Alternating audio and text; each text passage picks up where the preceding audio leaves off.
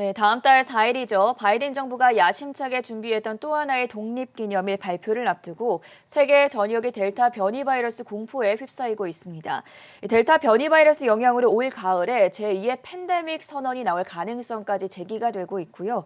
그렇기 때문에 낙관론이 팽배했던 글로벌 증시에 또다시 먹구름이 끼는 것은 아닌가 하는 우려감이 커지고 있는 상황입니다. 오늘은 이 문제에 대해서 미리 알아보는 시간 마련했는데요. 오늘도 한국경제신문의 한상준 논설위원 나오셨습니다. 안녕하십니까? 네, 안녕하십니까? 요새 미국을 비롯한 글로벌 증시를 살펴보면 뭔가 불안한 구름 낀 장세가 연출되고 있습니다. 이 부분 먼저 살펴주시죠. 네, 굉장히 지루한 장세가 이렇게 되고 네. 있죠.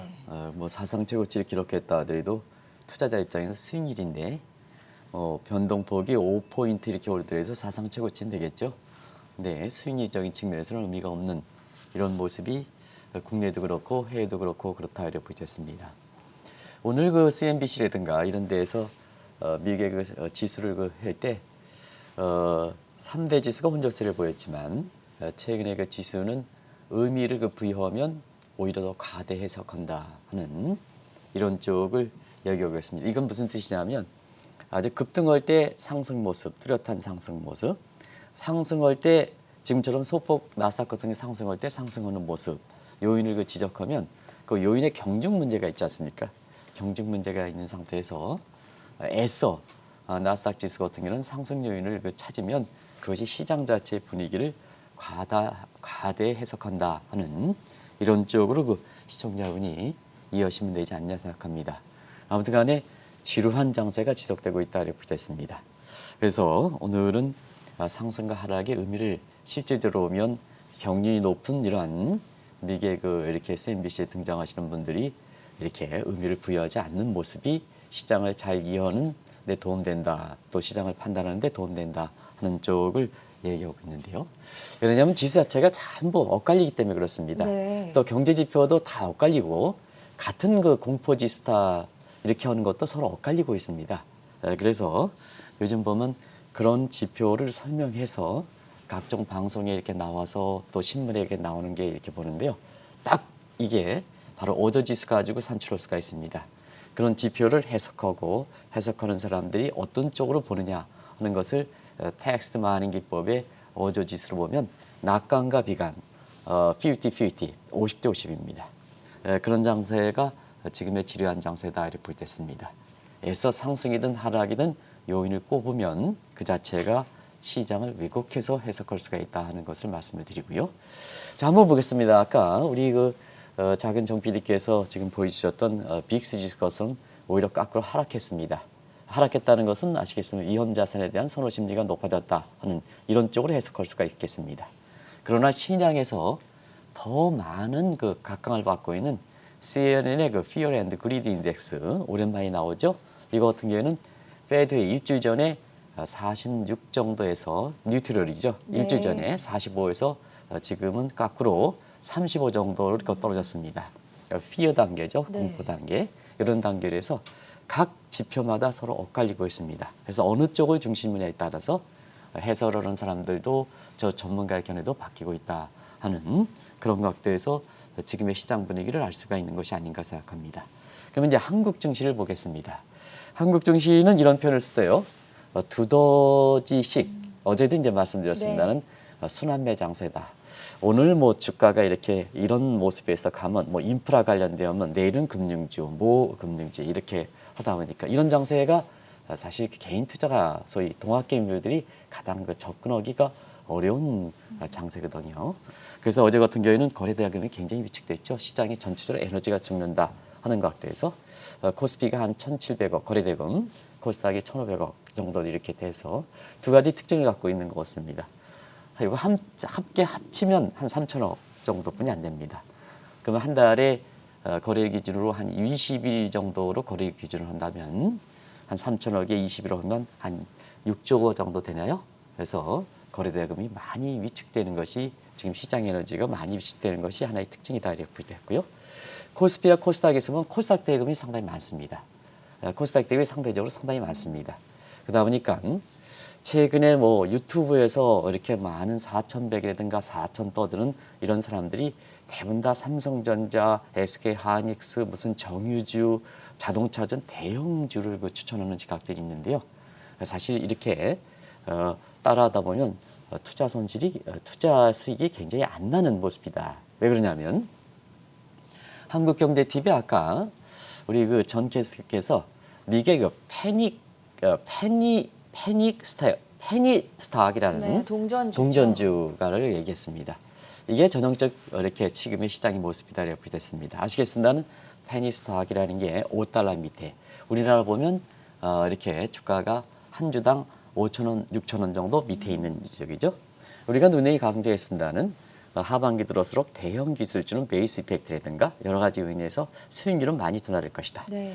올해 상반기에 추천했던 경기 민감주도 하반기 오면 수익률은 좀 많이 둔화될 것이다. 그런 과정에서 주가 가격의 접근도가 좀 좋은 것들, 이게 이제 작년 같은 경우는 대형주 위주로 이게 올라왔기 때문에 주가가 많이 높은 상태 아니겠습니까?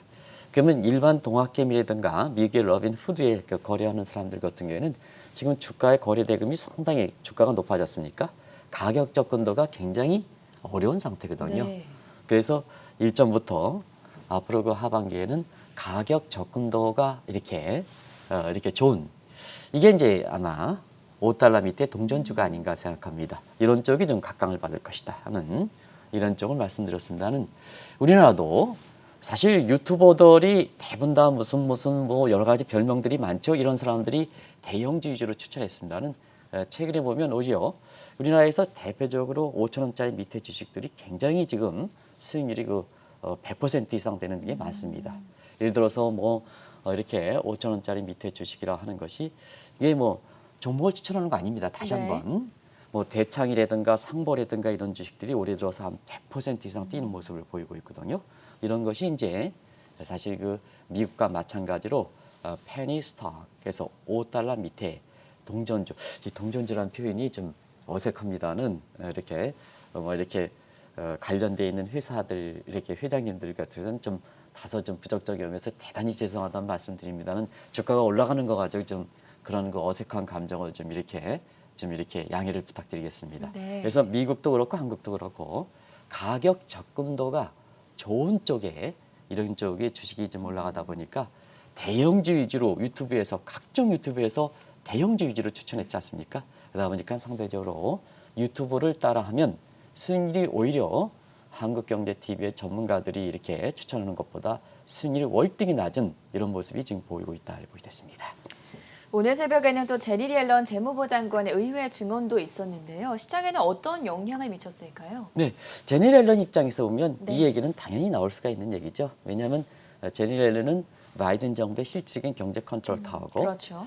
지금은 코로나 극복에 이어서 코로나 극복하는 게 다 극복되지 않았습니다는, 지금 미국의 국가 개조산업에서 아시겠습니다는 물적 인프라와 사회교육 인프라 합쳐서 하이프레스 고합경제라는 표현을 쓰죠. 우리가 한번 이 제닛 앨런과 관련해서 고합경제라는 표현을 썼습니다. 그런 측면에서는 당연히 나올 수가 있는 얘기인데요. 이게 이제 문제가 되는 부분이, 우리가 자꾸 이제 하반기 들어서록 선sit 이런 얘기를 많이 했습니다. 일몰주와. 네. 그래서 작년에 그 코로나 이후에 임대를 못 냈던 사람이 거리에 쫓겨나가야 되는데요. 쫓겨나가면 이렇게 고통이 되니까 이걸 유예 조치를 했던 것이 그동안 세 차례 연장을 시켰는데요. 지금 6월 말로 이게 유예가 다가거든요. 그래서 더 이상 미국의 집값에서는 폭탄 돌리기가 좀 힘들지 않겠느냐 하는 쪽에, 이게 미국의 집값이라든가 정치적인 측면에서는 굉장히 큰 영향을 미칠 것이다 이렇게 보시면 되겠고요. 또 하나의 큰 선셋이 있습니다. 아시겠습니다. 트럼프가 사실 그 공화당의 그렇게 수장으로서 대통령을 할 때 굉장히 빅 가버먼트를 주장했지 않습니까? 그런 과정에서 그때 미국은 예산에 있어 보면 위에 그 상한도, 부채 상한을 캡을 씌워놓고 있거든요. 그래서 그걸 좀 2년 정도 유예를 시키겠다 하는 측면이, 그 시한이 일몰의 시한이 7월 31일입니다. 8월 1일부터는 안 됩니다. 그러다 보니까 지금 이렇게 의회 절차상으로 보면 지금부터 두 가지 조치가 있겠죠. 하나는 유예하는 부분을 연장시키든가, 아니면 그 부채 한도를 확대시켜 놓는다든가. 요게 이제 시청자 여러분, 요게 정치적인 측면에서 왜 다우존스가 막판에 이렇게 떨어졌느냐. 한국경제TV가 아마 가장 빨리 아마 전 게스트께서 그렇게 멘트를 하신 것 같아요. 네, 네. 가장 빨리 전해주셨습니다는 이게 장이 끝나고 했습니다는 거기에 분위기가 장마판에 이렇게 사실 그 어떤 분 같은 경우에는 무슨 경제 지표 가지고 아까 방금 전에 설명했습니다는 다우지수가 저렇게 떨어지게 되는 이렇게 그 소식이 전해지면서 사실 이게 다우지수를 떨어뜨렸던 배경이거든요.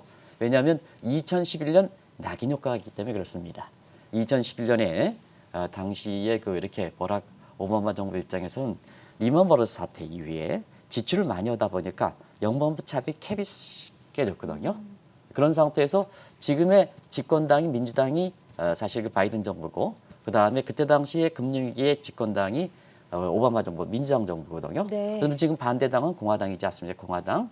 그래서 이런 측면에서 그때 당시에 공화당 정부 입장에서는 사실 이 부채 한도를 이렇게 확대시켜주지 못하다 보니까 결과적으로는 피스칼 크리프, 재정 절벽이 나왔죠. 왜냐하면 부채 한도가 꽉 차 있는 상태에서 이게 한도를 확장시키지 않으면 그때부터 지출을 줄이는 게 아니라 확 내려야죠. 크리프 절벽. 네. 이게 이제 피스칼 크리프 현상이 나타나면서 이게 쉽지 않을 것이다 하는 측면에서 그때 당시에 세계적 3대 평가기관인 S&P가 미국의 2차 세계대전에서 계속해서 유지했던 트리플 A라는 최상위 등급을 AA 플러스로 한 단계 떨어뜨렸던 배경입니다. 이것이 사실 미국 증시에 그때 굉장히 큰 하락을 불러일으켰거든요.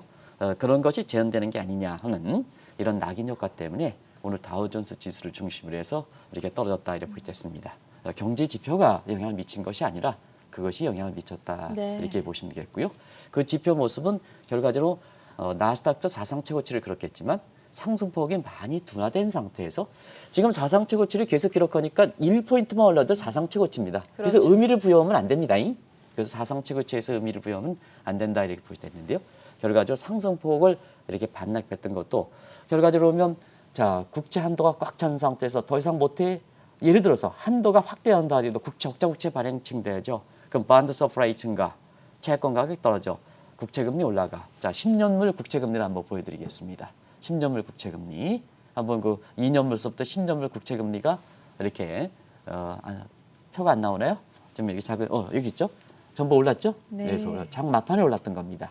이렇게 해서 그러면서 이 국채금리에 영향을 많이 받는 나스닥도 상승폭이 사실 그 둔화된 거다 이렇게 이제 보시면 되겠습니다. 사상 최고치보다는 1포인트 올라가도 사상 최고치를 기록한다. 근데 그거보다는 이게 의미가 컸다 이렇게 보겠습니다. 이후에 내일부터 이런 모습이 협상이 진행되는 과정에서 어떻게 시장에 미칠지 이렇게 이런 것을 좀 보시는 것도 중요하지 않냐 생각합니다. 네. 분위기가 이래서인지 요새 월가에서는 카나리아를 다시 키워야 하는 것이 아닌가라는 시각이 대두가 되고 있다고 합니다. 왜 이런 이야기들이 나오는 것일까요? 페드 회의 직전서부터 모르긴 봐도 4월 인플레 쇼크서부터 네. 시작해서 인플레 쇼크라든가 페드 회의에서 테이퍼링이라든가 조기금리 인상 가능성 뭐 이런 시사하는 과정에서 코로나19의 주가가 굉장히 낙관적 기조를 팽배시키면서 올랐던 분위기에 상당히 전환점을 좀 불길한 징조가 오는 상태에서 이런 것이 아닌가 생각합니다. 그래서 일전에 그 4월 소비자 물가 쇼크 이후에 우리가 미국의 그 부자를 중심으로 해서 카나리아 과거에 이렇게 식민지 시대에 위기를 포르투갈이죠. 위기를 감지하는 애완용 새로 이렇게 했던 카나리아를 모습 들어서 아마 이게 증시도 그렇게 해석한 적이 네. 있습니다. 뭐 아시겠습니다는 카나리아에 대해서 잘 아시죠? 탄광에서 가스 누출해서 이렇게 발견되면 죽기 때문에 그 시놀이를 해서 사실 강부들이 광산 이렇게 붕괴라든가 이런 걸 미리 감지해서 대피했다 하는 시각에서 사실 위기를 감지하는 애완용에서 있는 사람들이 이걸 애완용 새로서 길러서 유명했던 일이 되는데요. 월가에서 보면 4월 소비자 물가 쇼크 이후에 이 카나리아가 자꾸 화제가 되는 상태거든요. 그런 과정에서 6월 회의도 이 비슷한 시각에서 외신들이 킥오프를 스타트라는 표현을 쓰지 않고 킥오프라는 단어를 쓴다 하는 것도 말씀을 드렸습니다. 그래서 킥오프라는 넌 축구의 시작이 아니라 제 세컨드 미닝에서는 돌발 변수가 일어난다. 그럼 뭐 위기의 징후가 되겠죠. 그것이 이제 사실 조기 테이퍼링이라든가 그다음에 금리 인상 시사하면서 지금 이렇게 연준 의원들이 이렇게 너무 과민한 반응을 보이는 상태에서 이걸 절증시키는 과정이 증시 모습이 지금까지 전개되고 있다 이렇게 됐습니다. 그리고 데드 크로스도 마찬가지로 굉장히 이게 까나리아와 마찬가지로 데드크로스 같은 경우도 이렇게 기술적 지표상 위기의 신호탄이죠. 이렇게 그런 과정에서 가나리 유사에 해당되는 게 데드크로스인데요. 기술적 지표상. 네. 그래서 비트코인이라든가 가상화폐도 폭락하는 국면이 됐다. 이렇게 이제 보시면 되겠습니다. 특히 우리나라의 그 도어즈코인 아주 지금은 테슬라의 일론 머스크가 순환을 당하는 것 같아요. 오줌 고 순환을 당했다. 이렇게 얘기하는데요. 사실 시청자 여러분 아시겠습니다만 테슬라의 일론 머스크와 이렇게 워렌 버핏과 상당히 작년에 이렇게 비교하는 시각이 있었습니다는 사실 일론 머스크 같은 경우는 이렇게 시장에 어제 은성수 위원장님인가요? 그래서 가상화폐 관련 얘기할 때 만약에 일론 머스크가 한국에 있었다면 저분은 무조건 저분이라고 얘기하나요? 어떻게 해야 되나요? 이렇게 투자자를 코인 개미들을 굉장히 울렸기 때문에 저분이라고 얘기하는 것도 좀 그렇습니다는 이렇게 감독 대상이 된다. 위법의 책임을 묻겠다 하는 이런 쪽도 화제가 될 만큼 이렇게 됩니다는 네. 돈을 비트코인에 가지고 돈을 일사분 게 돈을 벌었으면 좀 기부를 많이 해야 되는데 오늘 월가에서 증시 주가에서 그렇게 그 영향을 미치지 않았습니다는 화제가 됐던 것이 역시 워렌 버핏은 그렇죠. 약속을 지키지 않습니까? 이게 화제가 됐던 겁니다. 일론 머스크 회장은 그렇게 시장을 교란하면서 돈을 벌고 한 푼도 기부를 안 해야 돼서 워렌 버핏은 그러한 수모 속에서도 약속을 지켜나가는 이런 모습이 월가에서 화제가 되는 모습인데요. 바로 많은 시사점을 던져주는 게 아닌가 생각합니다. 그리고 최근에 세계적으로 외신들이 가장 많이 얘기하는 것이 델타 변이죠. 그렇죠. 델타 변이죠. 이게 증시적인 측면에서는 해설하는 시각이 이렇게 보면 리스크는 미리 대비하는 기 때문에 리스크가 증폭되지를 말기를 바랍니다는 미리 대비해야 되는 것이 투자의 선제적인 관점이기 때문에 이 델타 변이가 어떻게 되는지 제2의 인프레 쇼크에 이어서 제2의 까나리가 되는지 이런 공포가 밀려오는 상태에서 자 아까 말씀드렸다시피 나스닥 지수 같은 경우는 사상 최고치를 기록하지만 사상 최고치하면 증시가 아주 좋은 거로 생각하지만 뭔가 모르게 뭔가 불안한 장세가 되는 상태에서 시장 에너지는 확 줄어드는 미국도 그렇고 한국도 그렇고 시장 에너지는 확 해서 거래대금이 축소하는 양상을 보이는 것이 최근의 증시 모습이 아닌가 생각합니다. 전 세계인을 다시 한번 긴장시키고 있는 델타 변이 바이러스 이 부분에 대해서 좀 추가적으로 설명해 주시죠. 저는 이 부분을 시청자 여러분 모르고 얘기합니다. 아마추어이기 때문에 그냥 이렇게 해서 자막을 보고 그냥 간단히 진전 사항을 좀 말씀드리겠습니다. 우리가 작년에 코로나라 얘기하는 게 코로나19로 이건 공식 명칭이 이렇게 부여됐죠. 코비드 19이라 해서 근데요.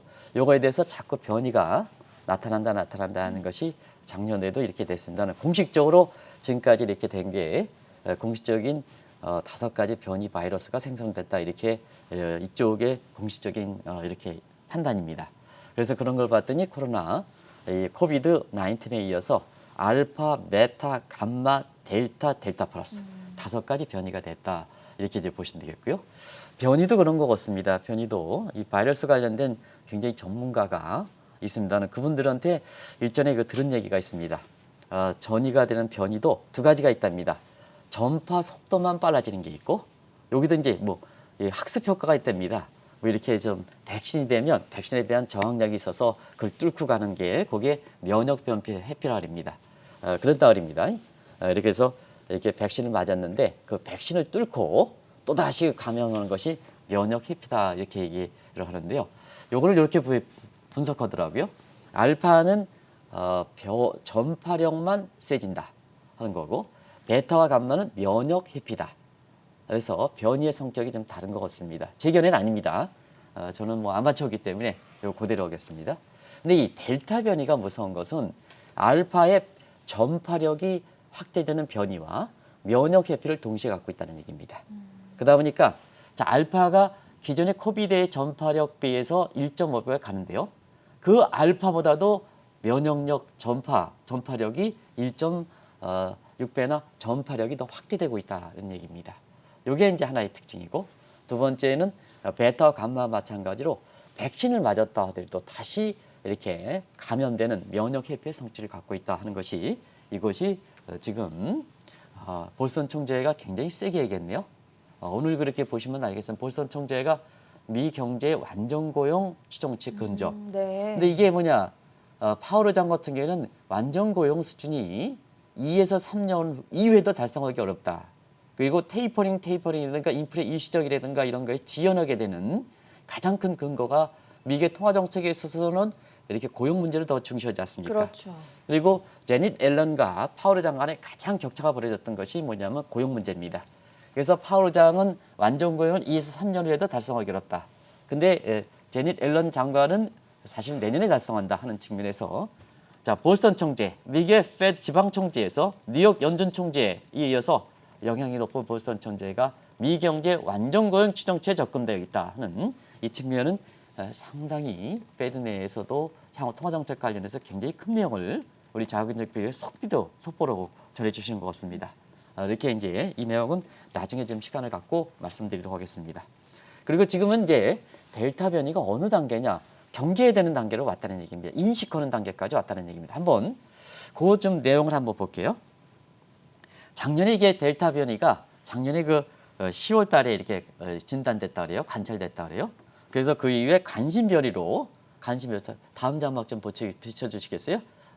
관심별 무이오야라는 표현을 쓸 거더라고요. 그래서 4월 4일 날 이렇게 되고 그다음에 우려 변이 단계로 가는 것이 5월 11일이고 현재는 우세종이 자, 우세종이라는 것은 지금까지 알았던 코비드 19에서 그걸 추월했다는 네. 우세종으로 간다. 그러면 이와 같은 이렇게 단계가 높아지는 상태로 보면 WHO에서 올 가을에 제2의 팬데믹, 작년에 3월 달에 코비드 19에 대해서는 팬데믹 선언했죠. 제2의 팬데믹 선언하지 않겠느냐 해서 네이처지라는 과학에서 아주 훌륭한 이렇게 잡지죠.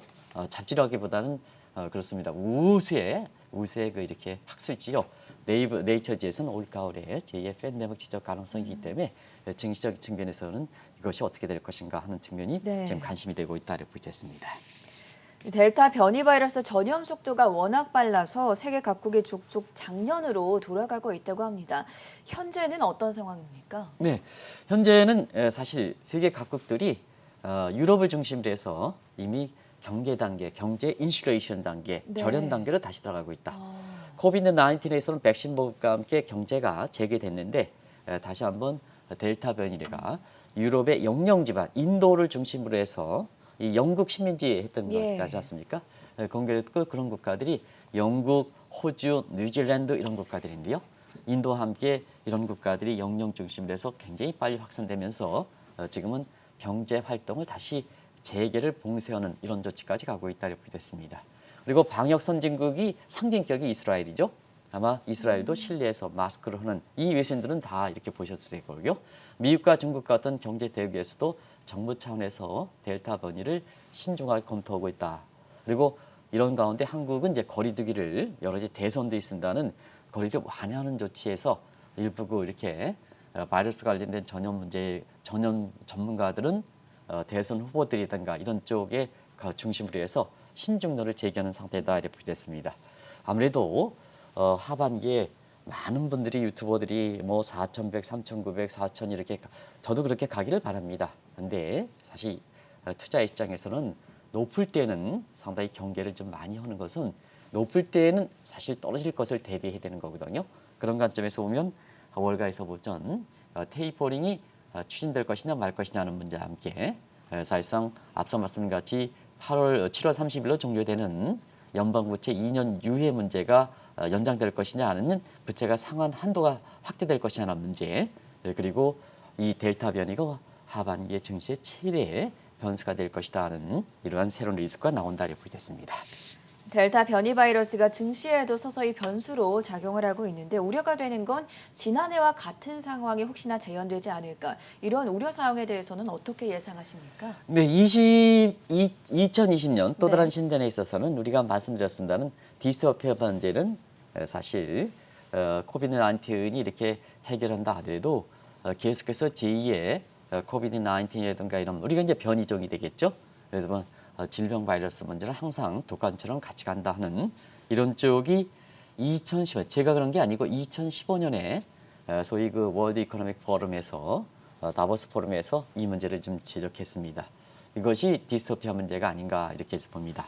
디스토피아 문제는 하나가 끝나면 계속해서 나온다 이런 상태에서 이런 문제가 증시 입장에서 보면은 굉장히 지루한 장세, 뭐가 뭔지 불안하다 하는 측면이 아마 앞길이 그렇게 보이지 않는 상태에서 그런 게 아닌가 생각합니다. 그래서 한국경제TV에서 2017년 우리나라에서 하이퍼 언서텐티라는 표현을 이렇게 해서 지금은 많이 사용하고 있습니다. 그런 상황이 전개되는 것이 지금 모습이 아닌가 생각합니다. 비단 델타 변이뿐만 아니라 바이러스 관련된 문제는 2020년 또 다른 10년에는 계속해서 디스토피아 문제가 투자적인 측면이라든가 경영이라든가 국가의 그렇게 국가 운영의 리스크도 계속해서 이렇게 작용할 것이다. 네. 이런 쪽으로 이렇게 보는 시각이 지배되다 이렇게 볼 수 있습니다.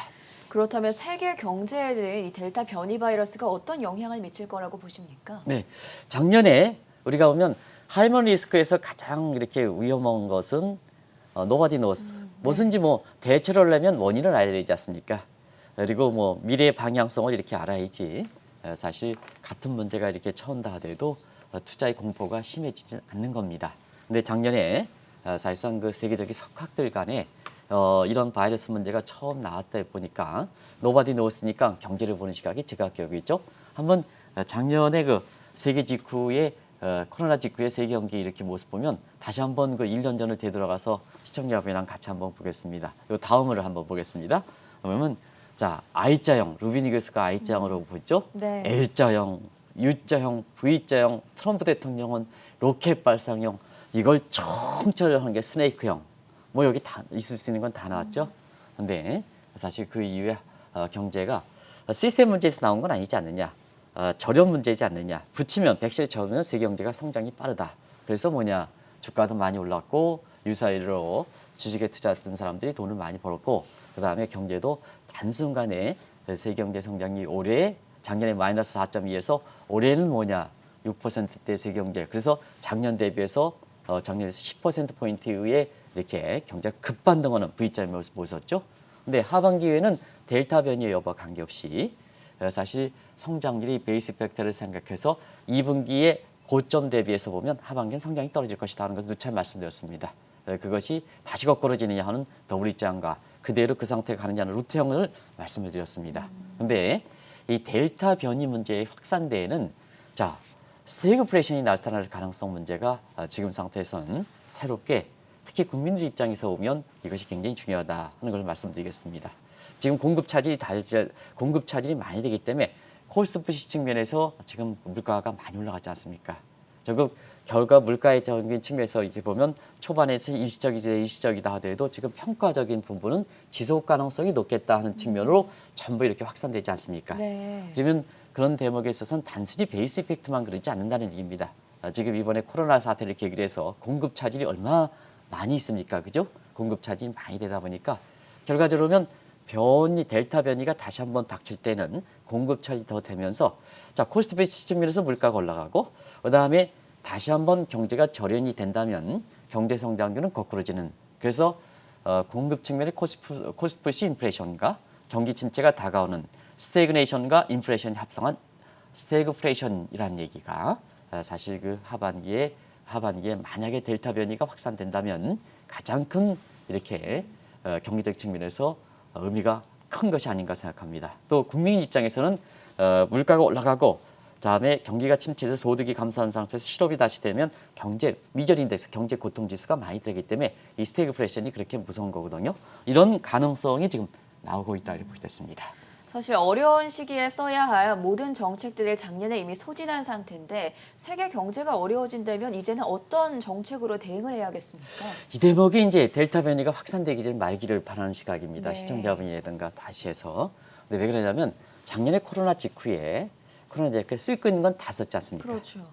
통화 정책도 무제한 통화 정책을 패드가 했죠. 지금 뭐냐 거들일 것이냐 말 것이냐 이런 게 테이퍼링 논란이 될 만큼 뭐냐 그만큼 무제한을 썼지 않습니까? 근데 이런 상태에서 돈이 많은 흔한 상태니까 상품이 흔해지면 아마 전앵커 시간이 많이 건거해서 그걸 좀 여쭙지 못하겠습니다. 이 사치제 무슨 뭐 샤넬백 이런 것도 뭐 물건이 그냥 싸져 있다 하면 뭐 사치제 이렇게 하면 그 사치제 안 들어가겠죠. 이런 마찬가지에 돈이 그냥 왕창 쌓여 있으니까 거기에 뭐냐 그 가격에 해당되는 기준금리가 무슨 역할을 하겠습니까? 자원의 희소성이 돼서 그 가격이 제대로 프라이스 메커니즘이 작동돼야 네. 됐습니까? 돈이 왕창 풀렸는데 기준금리를 낮춰봐야 뭐합니까? 그래서 유동성 한정 처이기 때문에 앞으로 뭐냐, 앞으로 이렇게 델타 변이가 확산돼서 통화 정책 측면에서는 돈을 뿌린다 하더라도 효과가 제한된다. 그럼 이제 재정 사이드로 가겠죠. 오늘 뭐 앨런 의장이 왜 이렇게 부채 유예 한도 이런 문제에 대해서 연방 부채 한도를 확대시켜라. 아마 이런 것도 좀 감안하셨을지 않겠냐 생각합니다. 본인 자신의 예일 거시 경제 패러다임에 의한 하이프레셔 경제 이것도 여기 있습니다는 이런 문제도 감안하신 것이 아닌가 생각합니다. 그런 측면에서는 지금은 증세를 통해서 재정 지출을 하면 레포 곡선상에 이미 증세를 많이 했지 않습니까? 그러면 증세를 많이 하면 레포 곡선상에 텍스 레이터, 가버먼트 레베뉴 간에 이렇게 세수가 증가하면 세율이 증가하면 세수가 증가할 것이다는 일반적 상식 수준, 노멀 존에 지금은 세율이 증가하더라도 세수가 감소하는 경제력이 떨어지기 때문에 앱노멀 존에도 있지 않습니까? 이런 상태에서 증세를 통해서 재정 지출하면 굉장히 경제가 거꾸로지는 이런 그 스태그플레이션 가능성을 촉진시킨다는 측면에서 그렇습니다. 그래서 마지막으로 전쟁 시에 추진하는 비상식이 되겠죠. 그게 바로 부채의 화폐화 문제, 마한드 머니티지의 문제다. 네. 자, 중앙은행 입장에서 재정 입사에서는 적자 부채 발행해 델타 변이 대처해서 그러면 이제 민간인들은 사줄 수 없으니까 중앙은행이 발권력 동원해서 사줘. 그러면 지출하겠죠. 그래서 마지막으로 저는 버한드 마이티 방청 이런 것이 벌써부터 거론되는 것이 그렇습니다. 근데 문제는 이렇게 되면 재정을 담당하는 부처와 중앙은행과 꿍짝을 한다는 얘기입니다. 국채 발행해, 내가 사줄게. 누가? 중앙은행이. 그러면 빅가먼트에서 앞으로 문제는 시장의 실패보다 더 무서운 가먼트 페일러, 정부의 실패 문제 이런 것도 심심치 않게 미국의 학계를 볼수록 델타 변이와 함께 거론되는 것도 새로운 조짐이다 이렇게 보시면 되겠습니다. 델타 변이 바이러스가 확산될 경우 작년보다 더 어려운 상황을 맞을 수도 있다고 하던데요. 앞으로 닥칠 수 있는 환경에 대해서 우리는 어떻게 대처를 하면 좋을지 그 전략도 함께 제시해 주시죠. 이 바이러스 질병과 관련해서 노바디 노스 나왔을 때 제가 기억하기는 바이러스 질병과 관련해서 지금 이제 이렇게 해서 지금 화순이라든가 이런 지역에서 굉장히 바이러스 관련해서 아마 굉장히 바이오를 열풍을 시키고 있는 이런 이준행 교수님이라 특정 명치, 회사 명칭을 얘기하지 않겠습니다. 바이오 업종에서 작년에 워낙 화제를 뿌렸던 그 대표가 되시는데요. 바이러스 관련된 굉장히 그분이 그런 얘기를 하시더라고요. 자, 바이러스 관련돼서는 가장 손쉽게 가장 기본을 지키는 게 중요한 겁니다. 네. 오래된 경험을 해서 그래서 왜냐하면 변이 바이러스도 많이 나오기 때문에 그렇습니다. 백신이 나올 때까지 기다려하는 것보다 지금 당장 지금처럼 연결사에서 보면 지금 당장 추진하는 이런 문제가 근거합니다 하는 측면에서 작년에 이런 얘기가 나왔을 때 우스갯소리로 생각하는 사람 많았죠. 그건 나도 할 수 있다. 오랫동안 씻고 기침하고 온수매로 가리고 이거 있죠. 기억나시죠? 네. 지금 뭐 백신 좀 보완돼서 조금 나아지고 증시가 이렇게 낙관론자 4,100 얘기하는 사람들이 전부 과거를 잊게 해서 그런지 이게 이제 옛날 소리로 들리는데요. 이게 가장 중요하다. 백신이 언제 나올지 모르지 않느냐. 근데 코로나는 전임되고 있다 하는 측면에서 가장 오래된 기본 수칙을 지키는 게 바이러스 관련해서 가장 되다. 그리고 또 한 가지는 타인을 배려하는 거다. 타인을. 트럼프가 감기균이 하더라도 타인을 위해서 국가통수권자는 마스크를 써야 된다는 의미입니다. 그게 바이든과 차이점이다 이렇게 보여졌습니다. 이게 가장 그러다. 그래서 우리가 이렇게 보면 델타 변이 벗어 이렇게 확산되기를 바라지 말아야 되겠습니다는 가장 중요한 게 여기에 있습니다. 기본과 균형에 충실하는 이런 것이 좋다 이렇게 보여졌습니다. 그래서 남을 생각하는 프로보노 퍼블리코 그다음에 정부라든가 중앙정부에 의존하는 것보다는 국민들이 지혜를 모른 작년에 코로나 사태에서 대구야 그다음에 광주와 서로 권 시장과 이용섭 시장 간에 서로 이렇게 지역사 관계없이 이렇게 하는 크게 방역 선진국으로 평가받았던 국민의 화합 분위기 아니겠습니까? 그게 바로 프로보노 퍼블리코 정신 오픈 나리지입니다. 이게 좋다 이렇게 보시면 되겠습니다. 그리고 또 한 가지는 이런 그 사태를 계기해서 델타 변이가 될 때 너무 언론이라든가 이런 쪽에서 정복해서 하는 게 아주 나쁜 행위입니다. 왜 그러냐면 남을 생각한다면 언론이라서 선덕이는 것은 이것을 마치 대서특필하는 양식보다는 굉장히 이런 쪽을 기본 수칙을 강조하는 쪽이 오히려 이렇게 델타 변이에서 세계 경제라든가 먼저 충격에 완화시킬 수 있다 이렇게 보시면 되겠고요. 또 한 가지는 코비드 19에서 겪었던 지식, 경험, 그 다음에 대응 방안 축적 이런 것이 델타 변이와 관련해서 가장 큰 우리가 보면 대처 방안이다 이렇게 됐습니다. 네. 그래서 델타 변이에 이렇게 돼서 우리가 경각심을 불러일으켜서 다시 한번 남을 배려하는 이론적인 모습과 함께 너무 코비드 19에 의해서 경험들을 많이 축적했기 때문에 델타 변이에서 시장이라든가 경제를 지나치게 비관적으로 보는 요 심리가 가장 최대적이다. 이게 인포데믹이다. 이렇게 보시면 되겠습니다. 이런 것을 해서 다시 한번 남을 배려하는 델타 변이와 함께 나를 배려하는 해서 가리고 기침 오는 거 막고 다시 한번 이렇게 여름철에서 이렇게 하지만 마스크 쓰시고 이런 쪽을 좀 하시는 이렇게 보면 굉장히 이것을 극복이 나가지 않겠나 생각합니다. 전 세계적으로 확산되고 있는 델타 변이 바이러스 공포가 글로벌 증시에 미치는 영향에 대해서 짚어봤고요. 지금까지 한국경제신문의 한상춘 논설위원이었습니다. 고맙습니다. 네, 맞습니다.